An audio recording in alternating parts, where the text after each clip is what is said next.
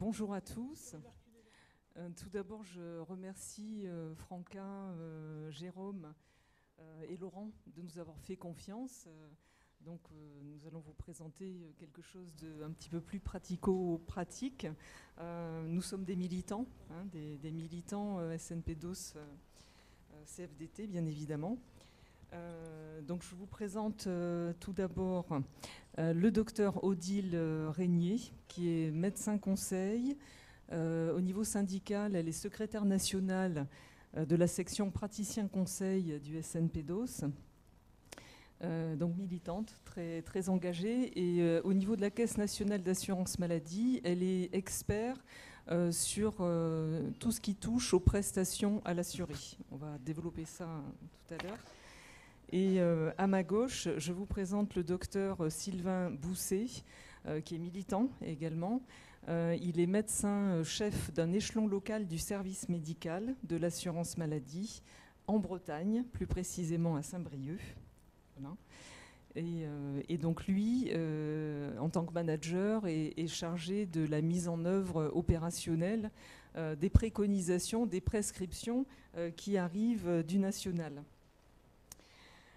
En préparant cette intervention, je repensais à une publicité dans le métro que j'ai vue ces derniers jours. On voyait un petit bonhomme stylisé. Vous voyez certainement à quelle mutuelle je fais référence, avec une feuille de vigne cachant son sexe. Il y avait un slogan assorti, c'était « Protégez vos données personnelles ». Voilà. Alors, nous, on n'est pas en Chine. On voit combien ce problème du respect, du secret, finalement, de nos données personnelles est important pour nous, dans notre culture, pour nous, Français. Parce que les données personnelles, et a fortiori les données médicales de tout un chacun, relèvent de l'intime. Donc là, les publicitaires avaient tout à fait capté l'intention, pour protéger l'intime. Dans son livre blanc, le Conseil national de l'ordre des médecins, donc c'est un livre blanc sur l'IA, sur les data, sur les algorithmes, souligne l'importance du sujet de la protection des données personnelles de santé, c'est-à-dire du secret dont elles sont couvertes. Dans le domaine de la santé, vous le savez, l'humain est prépondérant. Et le respect des secrets de la personne est essentiel dans le traitement massif des données. Et des données à l'assurance maladie, on embrasse. Pas on embrasse, mais il y en a beaucoup. Donc les bases de données de l'assurance maladie sont des sources importantes de big data en santé pour 60 millions de nos concitoyens. Donc dans la salle, il y a beaucoup de personnes parmi vous qui relèvent du régime général, 60 millions. Donc vous imaginez un peu la quantité de données. Le service médical, le service du contrôle médical de l'assurance maladie, auquel nous appartenons, est un corps national expert qui est composé à la fois d'agents administratifs et de praticiens conseils, chargé de la régulation médicale. L'assurance maladie délivre en prestation l'équivalent de 205 milliards d'euros de prestations par an, enfin pour l'année 2007. On va voir que c'est en constante 2017, pardon, constante augmentation. Les médecins conseils du service médical de l'assurance maladie sont les garants du secret médical de vos données de santé. Dans leur mission, donc les médecins conseils rendent des avis médicaux après examen des personnes, des assurés, des bénéficiaires, des usagers. Quelquefois, c'est après examen de leur dossier. Et cela permet donc aux bénéficiaires, aux usagers, d'être éligibles à des prestations. Donc nous allons prendre l'exemple de la gestion des arrêts de travail au service médical de l'assurance maladie pour voir en quoi l'arrivée des systèmes experts a entraîné une évolution des métiers au service médical. Donc peut-être Odile, je te demande de démarrer. Merci. Donc, je vous rappelle, donc, le service médical est donc un service national composé donc, de praticiens conseils qui sont médecins conseils, pharmaciens conseils et dentistes conseils. Nous sommes une profession qui est très réglementée et au sein de l'assurance maladie, nous donnons des avis médico-administratifs. Ces avis médico-administratifs sont donc très facilement modélisables puisque les critères médicaux et les critères administratifs qui sont opposés par la loi sont repérables et normalisables. Donc, l'éruption des nouvelles technologies, de l'intelligence artificielle va bouleverser en profondeur nos conditions de prise en charge de soins, mais aussi nos modèles économiques au sein du système de santé. C'est un fait que nous ne pouvons pas refuser, nous n'irons pas en arrière, et l'émergence de ces algorithmes dans le circuit de décision est essentielle puisque la puissance de calcul de ces algorithmes est nettement plus importante que ce que peut faire l'humain. Donc l'évolution est totalement inexorable dans nos métiers. Et donc il faudra y faire face et on ne pourra pas, je dirais, s'arrêter ou regarder en arrière ce qui c'était mieux hier. Ça sera très difficile. L'inconvénient, c'est que, tout moins, l'inconvénient, ça peut être bon ou mauvais. Les données de l'assurance maladie sont donc des données qui sont très réglementées. L'assurance maladie ne conserve ces données que pendant 2 ans. Le service médical conserve des données médicales pendant plus longtemps, mais la conservation de ces données aussi est réglementée. C'est-à-dire que la loi fixe un délai de conservation de ces données et le service médical ne possède les données que les éléments de santé dont il a besoin pour donner ses avis. Donc nous sommes dans un système très très restrictif, vous voyez, on n'est pas du tout à suivre les gens à la trace, il faut faire avec ces données-là. Donc ces données-là, elles sont de plus en plus nombreuses puisqu'elles sont de plus en plus dématérialisées. Les médecins dématérialisent, ou moins les pharmaciens surtout, vous connaissez tous, plus personne, je dirais, n'apporte ne reçoit une feuille du pharmacien et ne doit plus l'envoyer à la sécurité sociale. Tout est dématérialisé. Les médecins dématérialisent de plus en plus et de nombreux professionnels, tels que les transporteurs aussi, dématérialisent leurs feuilles de soins. Donc, on a de plus en plus de données qui sont dématérialisées, mais la qualité de ces données est très importante puisque c'est elle qui va nourrir nos algorithmes. Donc, on a un problème de qualité des données, et ça, c'est quelque chose qui est essentiel. On a un problème de fiabilité de ces données, puisqu'il faut que ça soit attribué à la bonne personne. Il en a un problème de collecte de ces données, puisque un certain nombre de professionnels de santé ne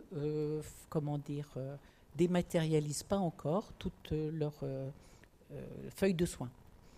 Donc tous ces éléments font qu'aujourd'hui, on est dans ce système d'algorithmes de sélection de dossiers, de classification, de tri. Et c'est quelque chose qui peut nous aider au quotidien. Mais c'est aussi quelque chose qui heurte nos métiers actuels. C'est-à-dire que cette mutation de l'intelligence artificielle n'est pas encore entrée dans nos gènes et on est encore sur des systèmes beaucoup plus traditionnels. D'autre part, il faut savoir que la machine peut nous aider sur tout ce qui est, je dirais, courant. C'est-à-dire qu'elle reconnaît facilement, on peut lui donner des critères aisés pour tout ce qui est le tri courant. Par contre, dès qu'on commence à rentrer dans des pathologies complexes ou des pathologies rares, la machine a beaucoup plus de mal à reconnaître ou à les identifier, ce qui fait qu'elles sont mal triées et je pense que pendant très longtemps encore, toute cette partie complexe restera du domaine de l'humain et des praticiens conseils. L'autre chose aussi qu'il faut comprendre, c'est que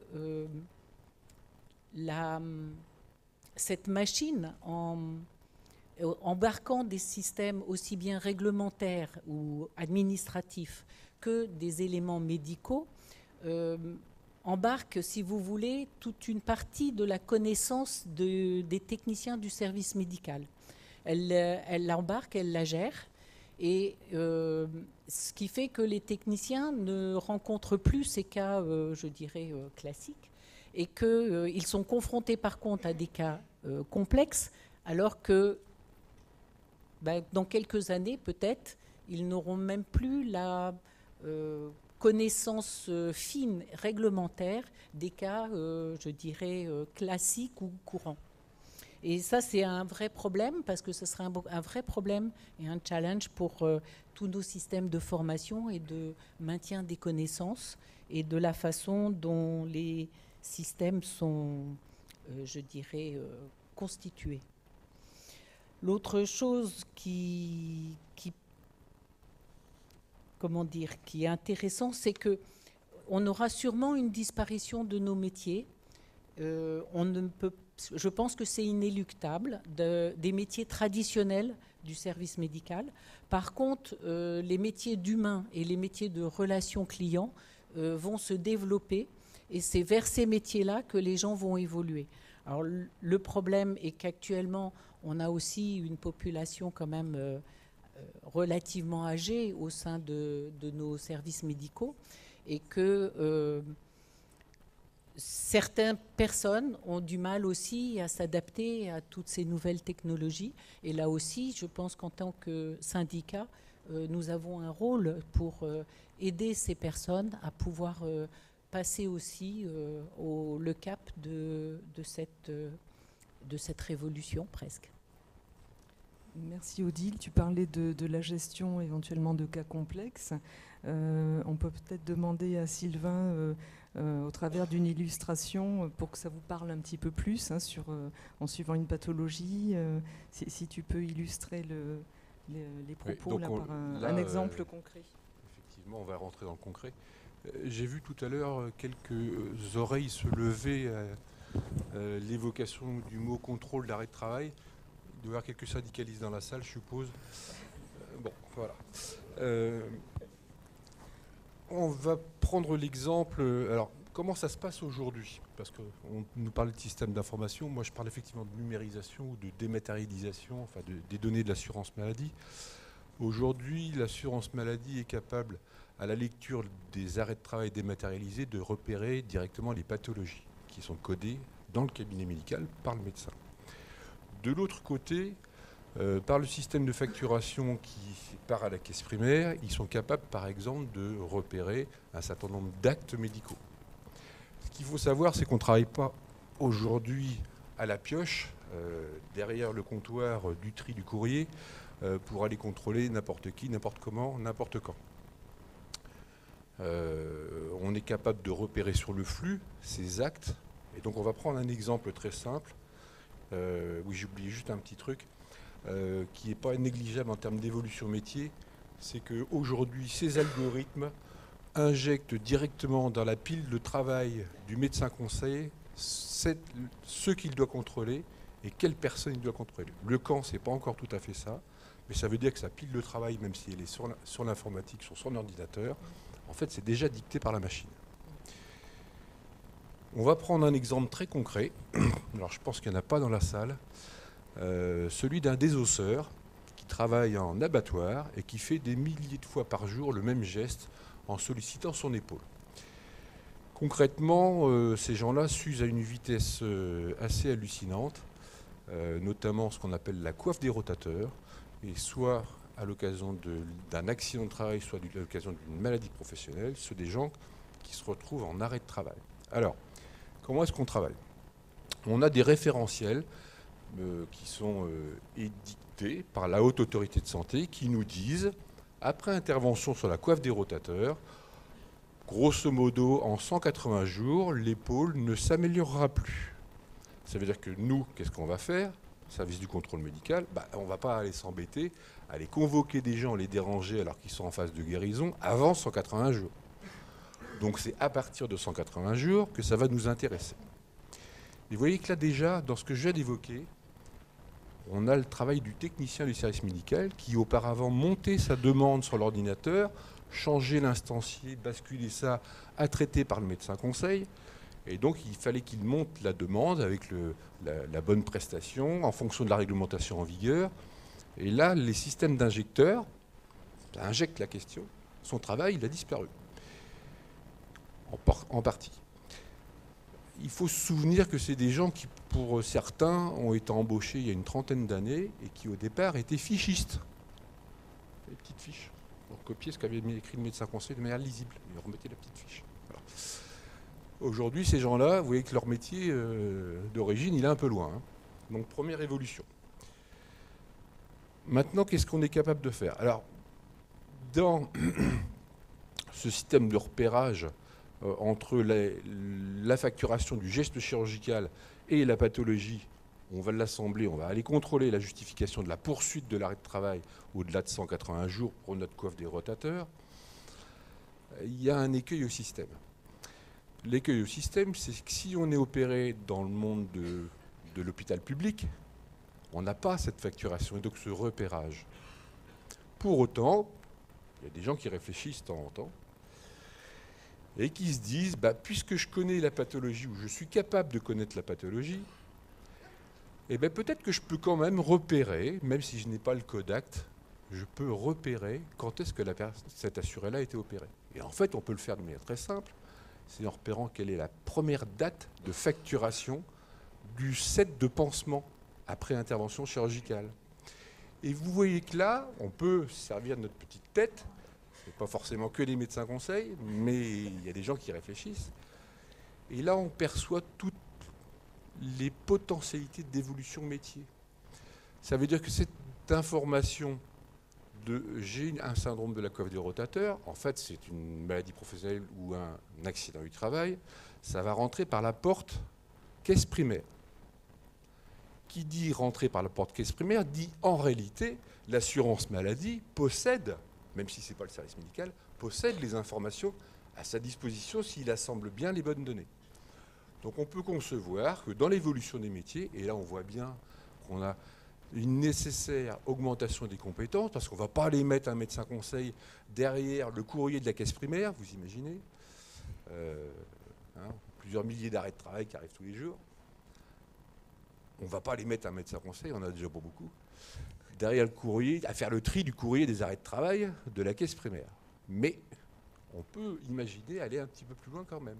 C'est-à-dire aller aider par de la transversalité, par de la délégation de compétences à notamment des techniciens ou des super techniciens du service médical, à apprendre à repérer peut-être un autre mot que la tendinopathie de la coiffe des rotateurs, qui est le mot de la qui est consacré à cette pathologie et qui va quand même aller éventuellement même faire de la transversalité avec des gens de la caisse primaire. Et vous voyez que là, l'évolution métier, on la voit tout de suite arriver. Elle est, quel que soit le niveau à laquelle on travaille, c'est le maître mot, c'est 1, augmentation de compétences, 2, transversalité. Et donc, travail en commun. Ce qui va derrière, c'est que par rapport à une dizaine ou à une quinzaine d'années, on ne chope pas la personne qui a une rupture de la coiffe des rotateurs, on en reste à notre désosseur, n'importe quand. On ne va pas le faire venir au service médical. Ça veut dire qu'on ne va pas non plus consacrer du temps médical à quelque chose qui ne sert à rien. C'est-à-dire faire un avis favorable. Non seulement ça ne sert à rien en termes de temps passé par le médecin conseil et les techniciens qui vont avec, mais en plus on fait un acte, ça on le sait avec quelques études statistiques, quand on fait un avis favorable, en fait, il vaut mieux ne pas faire d'avis favorable plutôt que ne pas faire d'avis du tout, plutôt que de faire un avis favorable qui va donner un blanc-seing à la poursuite de l'arrêt de travail. Donc il vaut mieux ne pas contrôler quelque chose pour lequel on va faire un avis favorable plutôt que contrôler. Les gens reprennent plus vite. C'est quand même le paradoxe de la chose. Donc là, ce qui est intéressant, pour le coup, c'est que le positionnement du contrôle médical, il doit être à bon escient, c'est-à-dire au moment où le médecin conseil va dire votre état de santé n'est plus susceptible de s'améliorer, donc il va falloir retourner au boulot. Mais On se rend compte très souvent que le contexte dans lequel la personne vit influe aussi sur nos algorithmes. C'est-à-dire que lorsqu'on vit à Paris, on n'a pas la même offre de soins que lorsqu'on est en Bretagne, comme Sylvain. Et donc, on s'aperçoit que là aussi, cette donnée est à prendre en compte dans nos algorithmes. C'est-à-dire qu'on n'a pas simplement à prendre en compte l'arrêt de travail, la prescription, mais aussi l'offre de soins qui est autour. Et Sylvain va nous démontrer en quoi ça peut... Sur l'aspect psychiatrie, hein, Alors, tu avais une information là, à nous donner. On va prendre là un autre exemple et puis on verra les impacts sur les métiers, notamment sur un métier dont je vais vous parler, que vous connaissez peut-être pas parce qu'il est tout nouveau, qui est les infirmiers du service médical. L'impact sur les métiers. On a un nouvel algorithme qui s'appelle requête unique et qui cible les arrêts de travail pour des syndromes anxio-dépressifs. Alors oui, je suis dans le concret, moi, hein, c'est du pragmatique. Tous les jours. Tous les jours. Évidemment, quand on met derrière le vocable syndrome anxio-dépressif, on peut avoir le coup de blues, mais on peut avoir la vraie dépression qui peut durer longtemps, voire qui se surajoute à une pathologie déjà préexistante. Le burn-out aussi. On peut avoir aussi le burn-out. Bon. Ce nouvel algorithme, il a été fabriqué comment? Alors, il a été fabriqué sur la forme de « je vais chercher dans mes bases de remboursement un arrêt de travail qui a été prescrit par un psychiatre ». Le raisonnement paraît pas idiot. Sauf que quand vous êtes dans un département comme celui des Côtes-d'Armor et que vous devez avoir 3 ou 4 psychiatres libéraux, ça pose problème. Juste pour vous donner l'ordre de grandeur, puisque cette requête unique, on l'a mise en œuvre au mois d'octobre, la comparaison des 4 semaines d'octobre et des 4 semaines de septembre, qui était un repérage, je dirais, plutôt manuel de ce type de pathologie, on est passé de 40 à assurés en arrêt de travail pour ce type de pathologie à même pas. Même pas. Sur le mois, on est à 4. Sur le mois, on en est à 4. Parce qu'il n'y a pas de psychiatre. C'est bête comme chou. Et là, on voit bien que les outils, entre guillemets, d'intelligence artificielle ne sont pas encore tout à fait assez intelligents pour comprendre le contexte dans lequel ils s'appliquent. Et c'est là où, effectivement, il va falloir s'adapter, une fois de plus, et faire en sorte qu'on ait d'autres manières de réfléchir pour pouvoir inculquer à la machine des bons modes de pensée. Tu voulais parler aussi des travaux menés donc, dans ton échelon, hein, puisque tu as mené une expérimentation en fait, pour comparer, voilà, tu parlais déjà de l'efficacité entre cette requête unique, algorithmique, et le travail, on va dire, à l'ancienne, de repérage pour cibler donc, les assurés à contrôler. Alors oui, effectivement, je vais faire un focus sur un métier, donc on va en parler tout de suite. Le métier d'infirmière du service médical, c'est un métier que l'échelon des Côtes-d'Armor a expérimenté à partir de janvier 2017. Donc on a embauché 2 personnes, ne sachant pas ce qu'elles allaient faire. Vous imaginez déjà la complexité du truc. Donc on a fabriqué le métier en co-construction avec elles, et puis ça se passait super bien, jusqu'à l'arrivée de cette nouvel algorithme. Pour vous donner l'ordre de grandeur, ce sont des gens qui travaillent, alors on parlait tout de suite des épaules, et ben ce sont des gens qui travaillent en amont de l'avis du médecin conseil, parce qu'il n'y a pas que l'avis défavorable à la poursuite de l'arrêt de travail, il y a aussi comment est-ce qu'on fait pour faire en sorte que la réinsertion professionnelle se passe dans les meilleures conditions.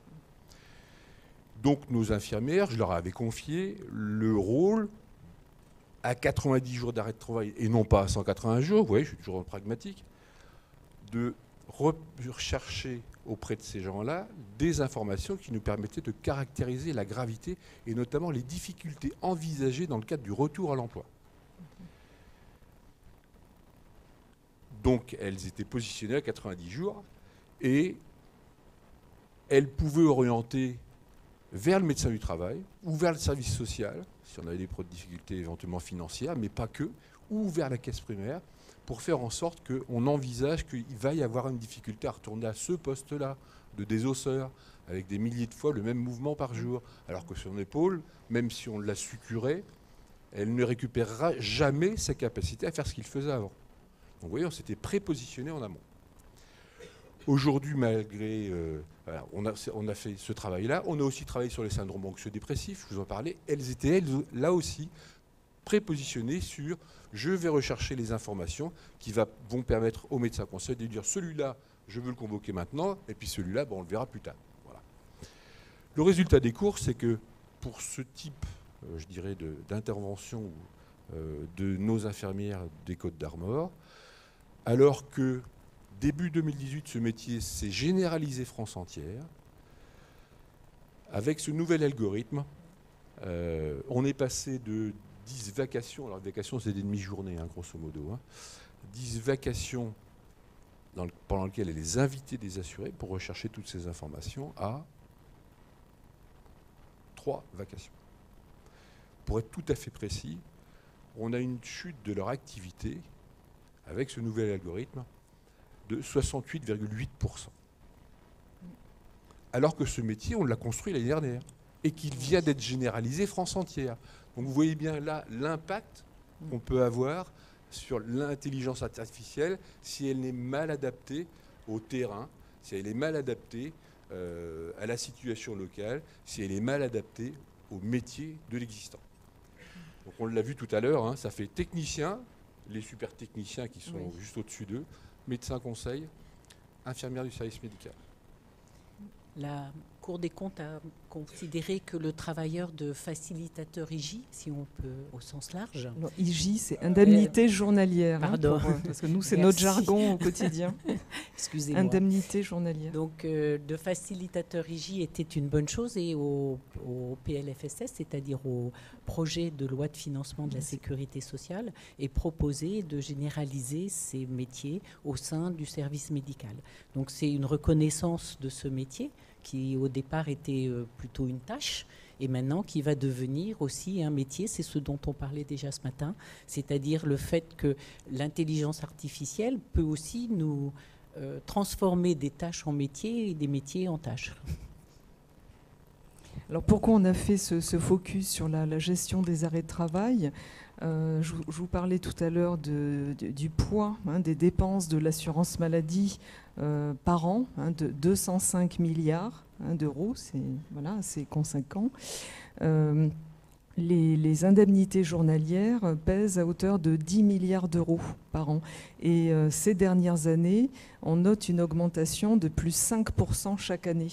Donc c'est vrai que l'assurance maladie, mais aussi les pouvoirs publics, Bercy, se préoccupent là de cette flambée des indemnités journalières. D'où l'intérêt d'essayer de mettre un système expert pour essayer de mieux cibler, optimiser le ciblage des assurés à convoquer. Mais bon, vous l'avez compris, on est encore dans un modèle en construction et la fiabilité du système n'est pas encore complètement avérée. Donc là, on a parlé aujourd'hui concrètement et Odile, demain, la science projette quelle évolution donc ces systèmes experts, est-ce qu'ils peuvent être dans le futur une plus-value dans la prise en charge de nos assurés ? Alors pour ce qui concerne les usagers, il faut savoir qu'on a 3 types d'usagers au service médical. C'est les assurés, les professionnels de santé, mais aussi les employeurs. Ce sont les 3 personnes avec lesquelles on a des contacts et avec lesquelles on a une relation client. Et c'est donc, il faut, lorsqu'on dit que ces algorithmes peuvent apporter quelque chose aux usagers, il faut penser aux 3 types d'usagers et pas se limiter simplement aux assurés, comme on a tendance à... Et moi, en tant que manager, j'ajouterai nos clients internes, qu'il ne faut pas oublier. Aussi. Donc c'est vrai que si on parle des assurés, mais même aussi des professionnels de santé, ce qu'ils attendent, c'est une rapidité dans la prise en charge et aussi surtout dans le remboursement. Ça, tout le monde peut le comprendre. Un élargissement aussi des heures d'accès aux services, et ça les employeurs aussi sont sensibles, ainsi que les professionnels de santé qui peuvent interroger les bases de données qui permettent de coder les actes qu'ils font. Une optimisation de la qualité et de la pertinence des réponses. Par exemple, si on a un système expert qui répond à certaines questions, dont par exemple les codifications, ça peut très bien être une machine qui répond, tout moins une Simone qui répond. On peut aussi imaginer, si on parle alors de notre client interne, la possibilité de convoquer l'assuré via le téléphone ou via une cabine de consultation de télémédecine. Mais il ne faut pas oublier, on a quand même un vrai problème d'éthique quand on parle quand même de ces données.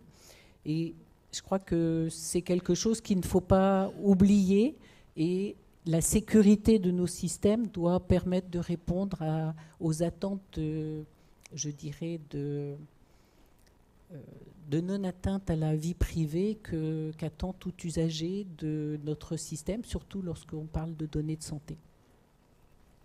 Sur la sécurité, Sylvain, tu voulais nous donner des informations? Sur la sécurité, Odile parlait tout à l'heure on a un rôle qui est très réglementé.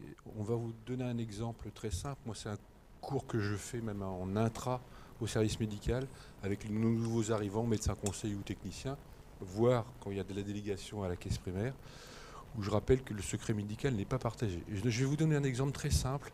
Vous allez voir que c'est parfois des contraintes juridiques, comme dit Odile tout à l'heure, qui font qu'on ne peut pas tout à fait faire ce qu'on veut. Le secret médical entre le médecin traitant et le médecin conseil, il est partagé, alors qu'avec le médecin du travail, il ne l'est pas. Si vous voyez, c'est qu'en fait, on doit échanger sur l'avenir et les conséquences d'une pathologie entre le médecin conseil qui va prendre une décision à un moment donné de dire bah, stop, nous, l'assurance maladie, on ne paye plus, et l'employeur qui doit, par l'intermédiaire du médecin du travail, on ne peut pas échanger sur le diagnostic. Concrètement, on doit demander à chaque assuré s'il est d'accord pour aller voir le médecin du travail. Juste ça. Donc je pense qu'il y a encore pas mal de chemin à faire dans ce sens-là. Et donc voilà. C'est une chose dont on a peu parlé, c'est-à-dire qu'il y a un problème éthique, ça tout le monde l'a évoqué, et il y aura sûrement des recommandations à faire dans ce domaine, mais on n'a pas parlé de la réglementation, c'est-à-dire de la responsabilité lorsqu'on confie certaines tâches à un système expert.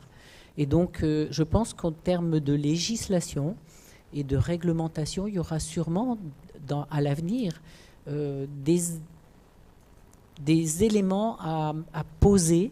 Et cela, je pense, c'est vraiment un problème de société et pas simplement un problème d'assurance maladie.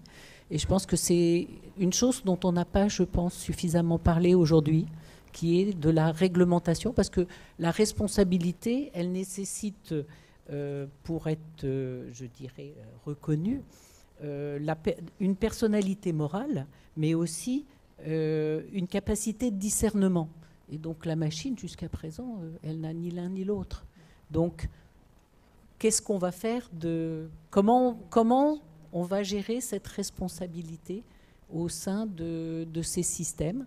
Je pense que c'est une vraie question qu'il faudra, je dirais, évoquer. Et je pense qu'en tant que syndicat, on a un rôle à jouer sur l'évolution réglementaire dans ce domaine. Ouais, moi, je vais reprendre un exemple concret. Là. Je reviens au terrain. C'est le manager qui revient là. On va reprendre l'exemple des syndromes anxieux-dépressifs. On a dit tout à l'heure, il y a différents degrés de gravité, évidemment, dans les syndromes anxieux-dépressifs. Et sur un arrêt de travail, fût-il dématérialisé, vous n'aurez jamais qu'une pathologie. Pour autant, ce qui est à l'origine du syndrome anxieux-dépressif, on ne le connaît pas, ce n'est pas une pathologie. Mais pourtant, ça a une valeur. Et ça a une valeur prédictive, notamment, de l'évolution de l'état de santé de la personne. Sa capacité à aller retrouver un emploi ou à retourner à son travail. Et là, je pense en particulier les origines, les syndromes anxio-dépressifs dont l'origine est le conflit avec l'employeur.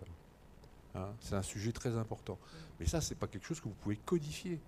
Il n'y a que l'assuré qui va pouvoir vous le dire. Et pourtant, c'est ce qui va probablement conditionner même son état de santé à venir. Pourquoi ? Parce que, et là je reviens à notre intelligence artificielle qui ne nous cible pas dans le département des Côtes d'Armor, même pas les syndromes anxio-dépressifs. Alors vous imaginez l'étiologie du syndrome dépressif qu'on n'a pas repéré. C'est un peu compliqué. Et pour autant, on peut faire tous collectivement mieux. Et c'est là où il faudrait effectivement que nos systèmes d'intelligence, enfin, du numérique ou de la dématérialisation évoluent encore beaucoup.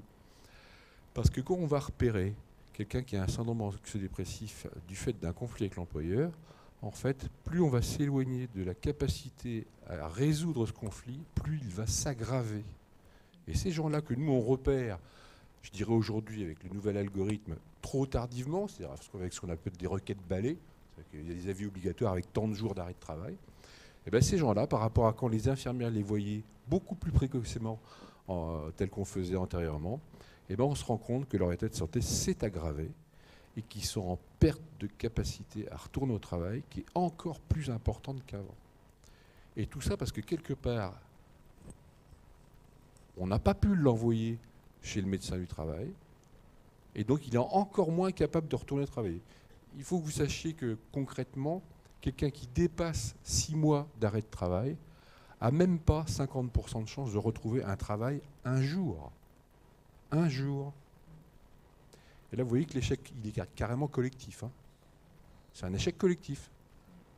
À la fois de repérage par le médecin traitant, par le médecin du travail, par le médecin conseil, ou ses délégataires. C'est ce qui montre. Pardon, oui, et on voit bien, excuse-moi Odile, on voit bien l'enjeu là de tout ce qui est accompagnement du parcours de l'assuré social dans la reprise du travail et le temps là, qui a été libéré là, des infirmières là, et des infirmiers du service médical. Peut-être que demain, on peut le redéployer sur cette partie accompagnement dans son parcours de santé, de soins de la personne là, qui s'éloigne progressivement de sa reprise d'activité. Je voudrais juste ne pas oublier les employeurs, là pour le coup, qui ont quand même eux aussi investi du temps de formation, de l'expérience acquise, etc., et qui vont perdre in fine leur employé. Donc quand je parle d'échec collectif, c'est vraiment un échec collectif sociétal. Et souvenez-vous, à l'origine, on n'a pas fabriqué le bon algorithme. Vous voyez les conséquences sociétales qu'on a derrière. Je réagis sur l'algorithme. On n'aura jamais les données d'étiologie d'une pathologie de ce genre-là. Je veux dire, les syndromes dépressifs ont des étiologies très variées. À part la maladie psychiatrique qui est les bipolaires, par exemple, qui peuvent être connus dans nos bases de données parce qu'on sait qu'ils ont des traitements depuis plusieurs années. Il ne faut pas oublier que nous n'avons une profondeur que de 2 ans dans les données conservées. Donc, on n'est pas on est un service médical, mais avec des données qui correspondent à des données de remboursement et de prise en charge. Rien d'autre. Alors, juste quelques données chiffrées. La population atteinte d'affections longue durée, ce qu'on appelle les ALD, et qui ouvrent droit au 100% de prise en charge. Donc c'est moins de 10% de nos concitoyens. Et ces personnes-là consomment 76% des dépenses de l'assurance maladie. Donc juste pour... voilà, donc on voit bien aussi là les enjeux éthiques hein, au niveau par exemple des assurances complémentaires en santé, parce que nous, assurance maladie obligatoire, il n'y a pas de filtre sur votre pathologie, hein. C'est une assurance solidaire en santé, tout le monde est traité, on va dire, sur un plan d'équité, si ce n'est pas égalité, d'équité. Les assurances complémentaires, en fonction du risque, hein, voilà, vous avez, et c'est ce qui se passe d'ailleurs aux États-Unis, hein, si vous avez une insuffisance rénale, votre cotisation, votre prime de risque est majorée. Et tout à l'heure, on échangeait dans la salle là, avec quelqu'un, je ne vois plus, c'était Patricien, sur les assurances, les assurances que vous prenez quand vous faites un prêt, hein, et pour lesquelles on vous demande des renseignements sur votre état de santé, et si vous êtes atteint d'une pathologie, vous avez une cotisation majorée. Je peux me permettre juste une petite remarque, parce que vous voyez les enjeux là, 205 milliards, 25% grosso modo des dépenses qui relèvent des systèmes complémentaires.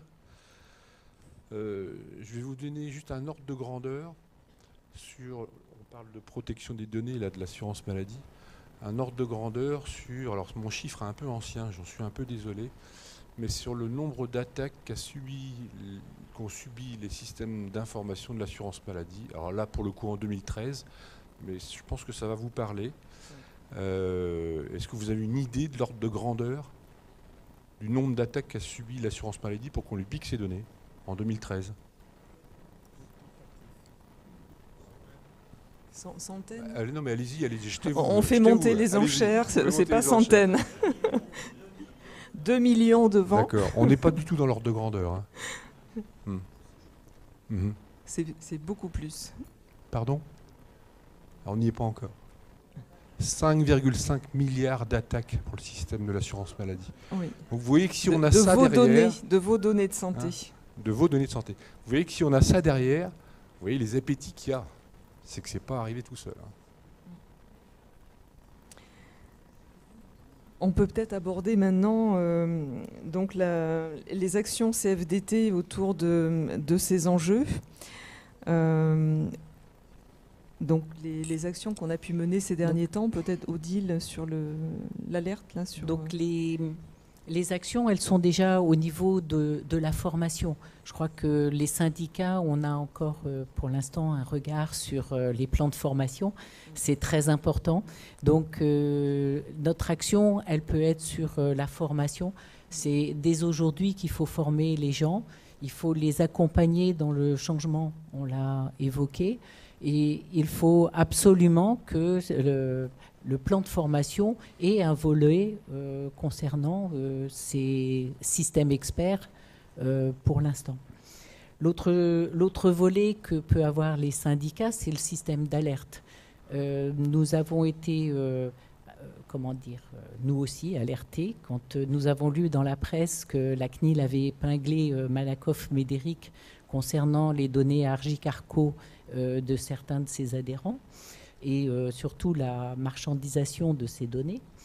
Et donc nous avons demandé à notre employeur quelles étaient les garanties qu'il pouvait donner à ses salariés déjà, mais aussi aux assurés, aux usagers, sur les données qu'il avait en sa possession et quelles étaient les protections qui étaient mises en place. L'autre chose aussi que nous avons travaillé, c'est toutes les... comment ça s'appelle ? Dans l'accord QVT, ou tout moins qualité de vie au travail, de placer ces technologies au cœur de notre réflexion et de savoir si justement l'équilibre vie privée, vie professionnelle et aussi protection des données était bien prise en compte et que ces éléments étaient suffisamment bordés pour que tout le monde y trouve son compte, si on peut dire. Donc je pense que on a vraiment un rôle de moteur pour faire évoluer les choses, pour alerter, pour faire évoluer la réglementation, et aussi un terme d'éthique, c'est-à-dire de demander qu'il y ait une réflexion éthique à chaque fois qu'un système expert est mis en place. Et je pense que ça, c'est extrêmement important, d'être en amont du système et pas tout le temps être en aval, surtout quand on parle de données aussi sensibles que les données médicales. Et enfin, la CFDT a obtenu la création au niveau du comité central d'entreprise de l'assurance maladie, la création d'une commission déontologie médicale qui permet donc d'apporter un avis un peu expertal, éclairant pour les élus du CCE, pour toutes ces questions qui touchent à l'éthique, la déontologie médicale, l'équité de traitement des assurés sociaux. Donc ça, c'est une action CFDT, puisque concrètement, cette commission existe. Donc en conclusion, parce qu'après on va vous laisser la parole pour vos questions, vous dire notre fierté d'appartenance donc à ce service du contrôle médical, qui est chargé de la régulation médicale. Vous dire aussi pourquoi on est fier, parce que c'est notre système de protection sociale est quand même assez unique. Il est solidaire, je l'ai expliqué tout à l'heure, solidaire en santé. Face au vieillissement de la population, les dépenses de santé vont augmenter inexorablement. Face aussi aux nouvelles technologies, que ce soit dans l'imagerie, les nouvelles molécules qui sortent sur le marché, les anticancéreux qui coûtent très, très cher. Ça peut être aussi les traitements pour guérir aujourd'hui l'hépatite C. On guérit de l'hépatite C, mais c'est 42 000 € le traitement. Voilà. Donc on a une augmentation des dépenses d'environ 4% par an. C'est l'évolution naturelle, pour toutes ces raisons-là. Et donc pour que le système soit viable sur le long terme, eh bien nous, service médical, assurance maladie, il faut qu'on régule à hauteur de 2%. Donc on voit bien l'enjeu de la qualité des données, là, dont tu parlais, Odile, et puis aussi la qualité de l'exploitation de ces données. Voilà, donc on peut peut-être maintenant... Merci.